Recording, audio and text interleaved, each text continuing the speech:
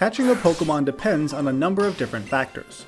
Its current HP, status condition, whether or not you held the B button, but most importantly, its species. Each Pokemon has a catch rate, a number that ranges from 3, the hard to catch legendaries, to 255 for the ones who are very easy to capture. I'm looking at you, Route 1ers. The majority of even fully evolved Pokemon do not have a catch rate below 45. Take the starters, Dugtrio, and even Machamp, for example. In Kanto, there are a grand total of 4 distinct, non-legendary Pokemon with a sub-45 catch rate. So let's see how hard it is to not only catch those 4 mystery Pokemon, but to then beat FireRed with only them. Before we begin, which Kanto Pokemon do you think will have the lowest catch rate? If you can guess all 4, you'll win a prize. Since all of the starters, including their evolutions, have a 45 catch rate, I choose whichever one I want. In this case, a Bulbasaur. Clearly the normal rat and bird do not have a low catch rate. It's quite the opposite, in fact. At full health, each Pokeball has a 34% chance to catch them. Though a fully evolved Pidgeot is at 45 catch rate, that's still too high for this video. The Viridian Forest is also filled with Pokemon who are way too easy to catch. It's kind of the bug's MO. Pikachu may be rare here, but not even Raichu comes close.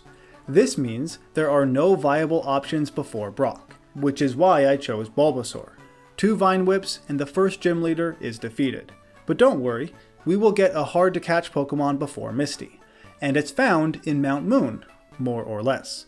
Last chance to guess who it is. Who's that Pokemon? It's Pikachu! It's actually Clefairy, the iconic Mount Moon Mon. Now Clefairy technically has a 150 catch rate, which those of you who are math inclined know is larger than 45. Remember, the alligator eats the bigger number. However, a simple Moonstone changes the easy to catch Clefairy to a 25 catch rate Clefable. Yes, that is lower than 45. Good job. For this video, I've decided to change some code to encounter the evolved Clefable on the bottom Mount Moon floor. Aside from some minor moveset differences, this doesn't change anything since a caught Clefairy could immediately be made to evolve with the Moonstone I already found. What it does do is make it much harder to catch. At full health, a Pokeball has roughly a 3% chance to catch it. This seems not great, to be honest, so unsurprisingly, between Minimize, Cute Charm, and all around bad luck, 6 Pokeballs fail to imprison the Not Yet Fairy, and Ivysaur is erupted, which was certainly not necessary. I won't count that as a whiteout since I don't have viable Pokemon just yet. The next Clefable I find is caught in a single Pokeball after dealing some damage and putting it to sleep, which is a great way to increase the chances of catching a Mon. And another reason I chose Bulbasaur. With those big ears, Clefable has incredible hearing, so maybe it can hear the Pokeballs coming and avoid them? Not sure why else it's so ridiculously hard to catch. Just outside of Mount Moon, my brand new Mon gets to learn both Mega Punch and Kick. He may not have the highest attack stat, but they both benefit from Stab. A few levels later, I take my single Mon, Ivysaur is now boxed, to battle my rival. Unlucky for me, Clefable misses a few times and ends up being crit embered by Charmander. Well, that does count as my first whiteout. Let's just try again. Pidgeot uses a single sand attack before being punched twice. Rattata avoids 3 Mega Punches in a row, lowering my defense. You'd think Clefable would be better at hitting things with that great hearing, even after being blinded. Eventually the rat does fall, bringing out Charmander. Again, Clefable misses, but survives 2 Metal Claws and hits with his own punches. With those 3 Mons gone, it's time to have some fun with Abra. Clefable metronomes a few times, eventually getting an Iron Tail to knock it out. Hitting a Fissure first try would have been sweet though. After a few more levels, this brings me to Misty. Staryu goes down easily enough even after a Harden. But Starmie avoids 3 Mega Punches in a row. What the heck? It's got 85% accuracy, that should not have happened. But it did, and I lose. On the second attempt, I lose even harder, thanks to a Water Pulse crit. Alright Misty, you are forcing my hand here. The real problem in this battle is that I keep missing, so I need a 100% accurate move, which I can get by luring this cool guy, who 100% has a girlfriend, why are you doubting him, away from this guarded secret power TM. It's a bit weaker than Mega Punch, but at least it won't miss. With that new move, Clefable easily beats Misty in 3 turns, even getting a lucky paralysis. See, that wasn't so hard, 25. Bill was so close to choosing a good Pokemon to fuse with, but he needs a Moonstone to make it worth it. He chickens out though, going back to his human self. On the SSN, this old dude talks about a sleeping Pokemon who looks something like this exact picture he just so happens to have. Also, something about foreshadowing, you get the picture. By the time I get to my rival, even though I'm actively avoiding battles at this point, Clefable is nearly 10 levels higher than his ace, meaning Secret Power knocks out all of his Pokemon with a single hit. Only Charmeleon survives, but not for long. Back in Vermilion, this girl wants to trade a super easy to catch Spearow with a 45 catch rate Farfetch'd. While that is an interesting trade to say the least, neither of those birds is viable in this run. Even Sirfetch'd still has a 45 catch rate. I really don't understand how they pick which mons are sub 45. It seems a bit arbitrary, to be honest. Anyway, Clefable is unable to learn Cut, so it looks like Ivysaur is back on the team for now, but I won't use him in any battles. Not that I'd need to, because Clefable is still crazy over-leveled. Voltorb and Pika are immediately knocked out, while Raichu stalls a bit with Double Team and healing. 25 is far too strong. Don't worry though, before the next gym, we'll have another hard-to-catch Mon. Getting through Rock Tunnel is easy enough, especially since Clefable can learn Water Pulse. I skip Erica for now to battle Giovanni. With the aforementioned Pulse and a few secret powers, he stands no chance. The same is true of my rival. Intimidate does let his Mon survive more than a single hit, but it isn't nearly enough to win. Before getting the second usable Mon, I do need to highlight this Marowak Ghost. This non-trainer Pokemon has, I guess, a 0 catch rate because it's impossible to get. The code just doesn't allow it to be caught. With the Pokeflute now in hand, we can go wake up our second encounter, Snorlax. You probably already saw this coming thanks to my very subtle foreshadowing a few minutes ago. Snorlax is notoriously hard to catch with a 25 catch rate, the same as Clefable actually. In this case, I end up getting him with 7 Great Balls, thanks in part to a paralysis from Secret Power. While I could get the remaining 2 Pokemon now, let's instead get one after each new gym, starting with Erica. Snorlax doesn't have a great start against Victory Bell here, getting paralyzed and losing several turns. He does knock it out and heals against Tangela with Rest. A few turns later, it is also body slammed. Vileplume puts him to sleep, which doesn't last very long. And Snorlax has a pretty solid debut here. But that's enough about him, let's get another Pokemon. Any guesses who it is? I'll give you a hint.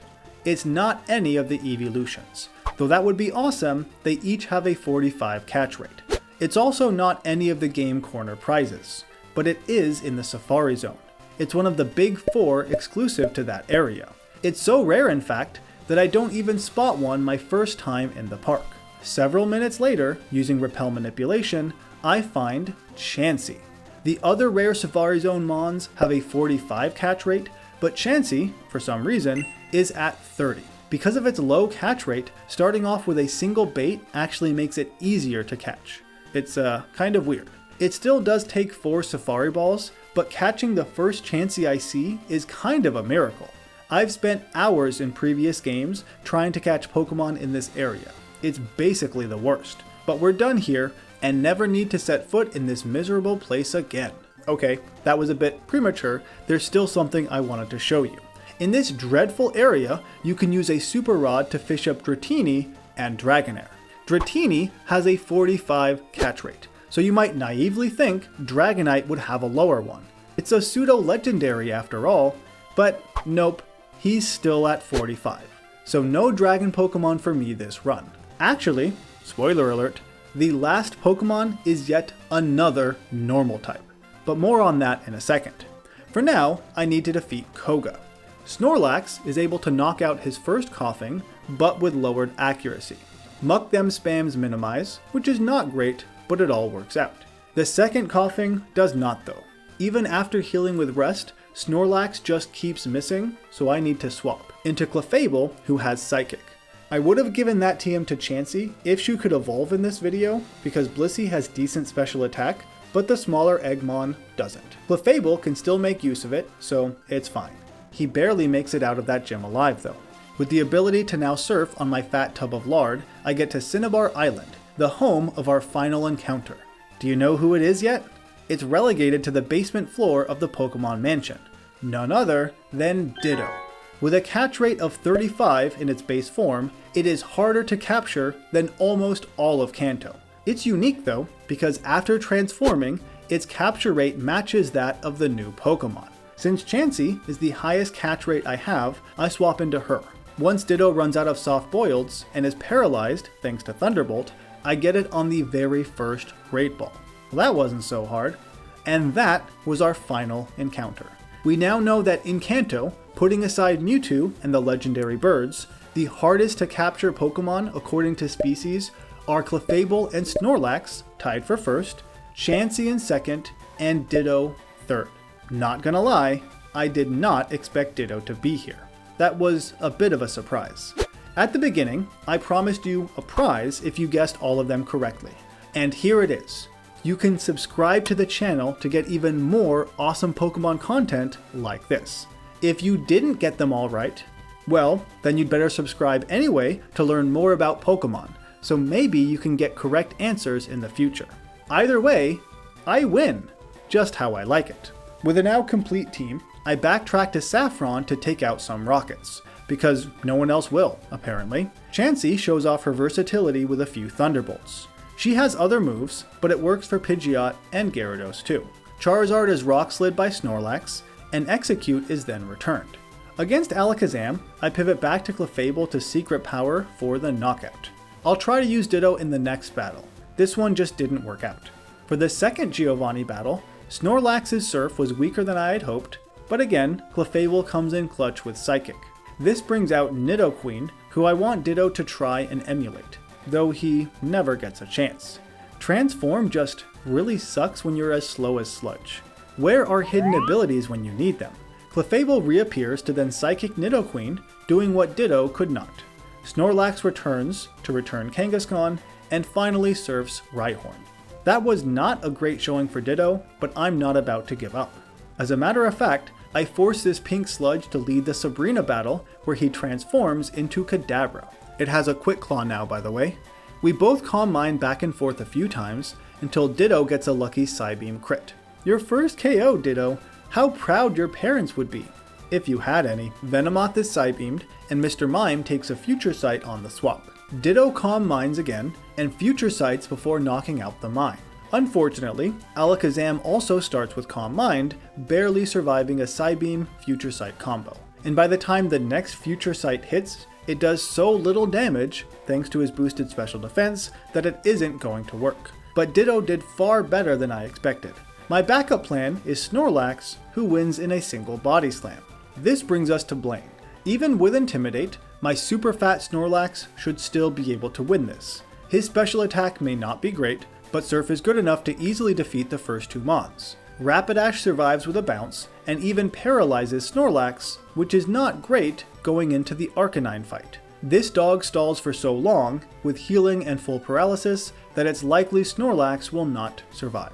But he does, beating Blaine all on his own, with only 13 HP remaining. That was pretty awesome. For Giovanni, I again start with Snorlax. He can surf Rhyhorn and Nidoqueen too, thanks to a crit. I want Ditto to try and do something here, so against the king, I pivot to Chansey. She is just a sacrifice, letting Ditto come out to transform, gaining a ground-type weakness, which proved to be its undoing. That was not the way I wanted that to go. Okay, guess it's time for old reliable Clefable. One Psychic and 2 Water Pulses defeats the final gym leader without too much trouble. I'm really trying to use Ditto effectively in these battles, but it's tough. Before entering Indigo Plateau, I have one more rival battle. I start with Chansey to Thunderbolt his bird a few times, shrugging off a Feather Dance in the process. You think I'm using physical attacks with this girl? That would be ridiculous. Rhyhorn and Execute are then both Ice Beamed easily enough, though Chansey ends up paralyzed. As a Hail Mary, she Thunderbolts Alakazam, and it works, paralyzing him. This is perfect, because now I can swap to Ditto, who outspeeds. We repeat basically the same process as before against Sabrina, with my Ditto Kazam using Future Sight, Calm Mind, and the occasional Psychic. Eventually, the real but lamer Alakazam is defeated. With those special attack boosts, Ditto Kazam is able to one-shot Psychic Gyarados, and Future Sight Psychic Charizard for the win. I told you I wanted to try and use Ditto. He actually can be useful in very specific instances. Oh, by the way, stop trying to evolve Chansey. It's not going to work. I swear, the devs for these games are diabolical, taunting me at every level up. I get it already. Leave me alone. In the Elite Four, I start with an objectively lame but quite effective strategy. Chansey with Substitute and Soft Boiled. This strategy only really works on special attackers because Chansey's defense is so low, regular attacks would immediately break this up. As it is, between those moves and Thunderbolt, Chansey is able to stay relatively healthy while defeating most of Lorelei's team, even having a sub up against Lapras. Though she has Body Slam, which renders the sub pointless, and thanks to a crit, Chansey is promptly knocked out. Though I do have a Snorlax with Rock Slide, it's barely too weak. Thankfully, Lapras doesn't confuse Ray again because that would have been Snorlax's undoing. Now Jinx is surprisingly the worst. Between Attract and Sleep, Snorlax does literally nothing. For turn after turn, I am waiting for Rock Slide to hit. Just once would be nice, but he can't even do that. Okay, Clefable then comes out and also falls in love, losing a turn, but gets an incredible paralysis with secret power, so victory is now within my grasp. I swap into Ditto as a sacrifice to cure Clefable's love blindness, and now that he sees Jinx for what she truly is, he outspeeds, and Jinx is a goner. That was harder than I expected, and as much as I hate Bruno, since I have a team of pure normal types, I'm pretty sure he is going to be way harder. Not his Onix though, that's still pathetic. A single Surf takes it out. Hitmonchan then easily defeats my Snorlax. This allows Ditto to transform and take it out. Ditto-chan tries to slow down Hitmonlee, but fails, and then dies too. Okay, Clefable is then immediately crit, and Chansey's crappy defense means she can't even take a single hit. So I white out. Again, and again. After a number of losses, I radically change my strategy to start with Clefable, who just so happens to avoid a Sky Uppercut at the exact right time, beating Hitmonchan unscathed. After being Brick Breaked, I pivot to Snorlax on a Mega Kick that he avoids anyway, and then Body Slams the Lee. Clearly, he can't defeat Machamp, but Ditto-champ hits a single Cross Chop before falling. With that damage, at this HP, Clefable's Psychic is just strong enough to knock it out. One Water Pulse drowns Onix, and Bruno is finally defeated. What a jerk, and the hardest trainer in this entire run so far. For Agatha, even with double teams and a confusion, Clefable defeats Gengar with Psychics. Golbat takes 2 Thunderbolts as I pivot to Snorlax on Arbok. With poison damage from Sludge, he can't quite go the distance, and Arbok is surprisingly quick, outspeeding Clefairy to deal some decent damage. On the second Gengar, Dittogar survives just long enough to Shadow Ball, allowing Clefable to once again Psychic a Ghost. 2, actually, as Haunter is her last Pokemon. Okay Lance, this could be a tough one. Against Gyarados, the only move Chansey really has to worry about is Hyper Beam, and he does use it after a sub is already up. This lets her Thunderbolt, Soft Boiled, and sub as much as she needs till it's defeated. Aerodactyl also starts with a Hyper Beam, but quickly changes to Ancient Power, knocking out Chansey with a final beam. Ditto has a free turn to transform, and Dittodactyl, with a Quick Claw, outspeeds the real Dactyl. I know a Thunder Wave is coming here, but there's nothing I can do to stop it. Instead, I use Ancient Power hoping for an Omni Boost somewhere. It doesn't happen, and by the time I think to Hyper Beam, Dittodactyl is already dead. Clefable Ice Beams the Dragonair in response. The second one is Outraged, but that's special in this gen, meaning it does very little.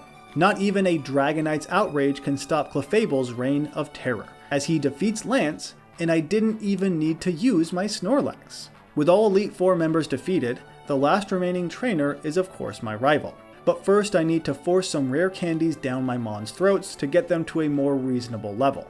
They're actually already higher than most of the teams in these types of runs because I only have 4 Pokemon instead of 6. I lead with Clefable here, my ace and starter, to see what he can do. Pidgeot starts with a Feather Dance, which is not great because I'm going to rely on Shadow Ball in a bit, but at least it gets paralyzed by Thunderbolt. I still try a Shadow Ball on Alakazam, who does outspeed to Reflect, but a crit bypasses all of those things, knocking it out. Without thinking, I also use Shadow Ball on Executor, which was stupid. But I realize my mistake and start to Ice Beam. Clefable is put to sleep and Rival heals a bit, but eventually Clefable heals with a berry and Ice Beam wins. Rhydon survives the beam, but can't respond because it gets frozen. That was wonderful! Rival also wastes a few more heals here. Gyarados is Thunderbolted, and surprising everyone, including myself, Clefable manages to get to Rival's very last Pokemon all on his own. Unfortunately, this is as far as he goes. Thunderbolt does not paralyze, it can't always work out perfectly, and Clefable barely hangs on after a Fire Blast. Since Charizard outspeeds, Clefable is a goner.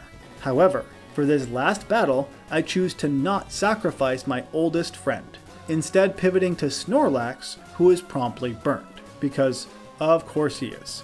With that burn, Rock Slide is barely too weak, even being quad effective.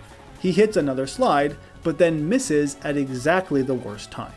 Okay, it looks like Snorlax is going to die here, until he expertly avoids a Fire Blast, like an acrobat, and Rock Slides one final time for the win.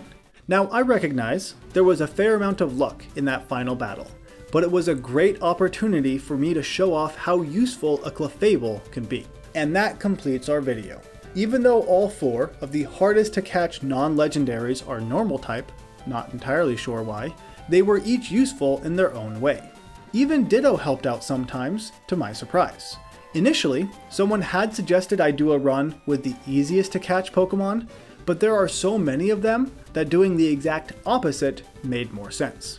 I'd like to go into other regions and see what Pokemon I can use in Johto and Hoenn, for example, and I hope to see you there. Thank you for watching.